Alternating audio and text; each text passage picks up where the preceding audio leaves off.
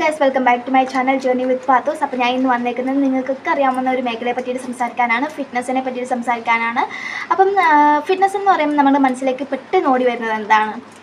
Gym, supplements, fancy dresses, അങ്ങനെയൊക്കെയുള്ള കാര്യങ്ങളാണ് നമ്മുടെ മനസ്സിലേക്ക് പെട്ടെന്ന് ഓടി വരുന്നത് അല്ലേ. അപ്പം ഫിറ്റ്നസ് മേഖലയിൽ പ്രൊഫഷനായിട്ട് തിരഞ്ഞെടുക്കുന്ന കുറേ പേരുണ്ട്. അവർക്കൊക്കെ എന്ന് പറയുമ്പോൾ ഈ പ്രോട്ടീൻ അല്ലെങ്കിൽ സപ്ലിമെൻറ്റ്സ്, പിന്നെ എന്ന് പറയുമ്പോൾ ഈ ഒരു ബ്രാൻഡഡ് ആക്സസറീസൊക്കെ അവർക്ക് ഇമ്പോർട്ടൻ്റ് ആണ്, അവർക്ക് വേണ്ടുന്ന കാര്യമാണ് അതൊക്കെ. അപ്പം ഫിറ്റ്നസ് എന്ന് പറയുന്നത് ഇത് മാത്രമാണ്, അല്ലെങ്കിൽ ഇതൊക്കെ ഉണ്ടെങ്കിൽ മാത്രമേ നമുക്ക് ഫിറ്റ്നസ് മെയിൻറ്റെയിൻ ചെയ്യാൻ കഴിയൂ. അങ്ങനെ ട്രസ്റ്റ് ചെയ്തിരിക്കുന്ന ആൾക്കാരുടെ അടുത്താണ് എനിക്ക് സംസാരിക്കാനുള്ളത്.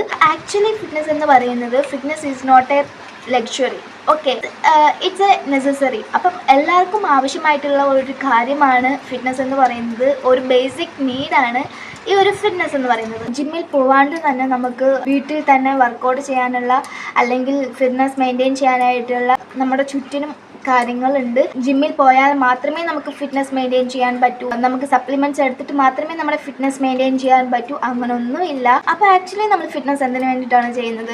നമ്മുടെ ബോഡി മെയിൻറ്റെയിൻ ചെയ്യാനും, സ്ട്രെസ് ഫ്രീ ആവാനും, അല്ലെങ്കിൽ നമുക്ക് എനർജി ബൂസ്റ്റ് ചെയ്യാനാണ്, ബോഡി ഡിസീസൊക്കെ മാറ്റാൻ വേണ്ടിയിട്ടാണ് നമ്മൾ ഈ ഒരു ഫിറ്റ്നസ് ചെയ്യുന്നത്. അപ്പോൾ എല്ലാവരുടെയും ലൈഫ് സ്റ്റൈലിൽ ആഡ് ചെയ്യേണ്ട ഒന്നാണ് ഫിറ്റ്നസ് എന്ന് പറയുന്നത്. അപ്പോൾ നമ്മൾ ആരെയും കുറ്റം പറയാൻ പറ്റില്ല.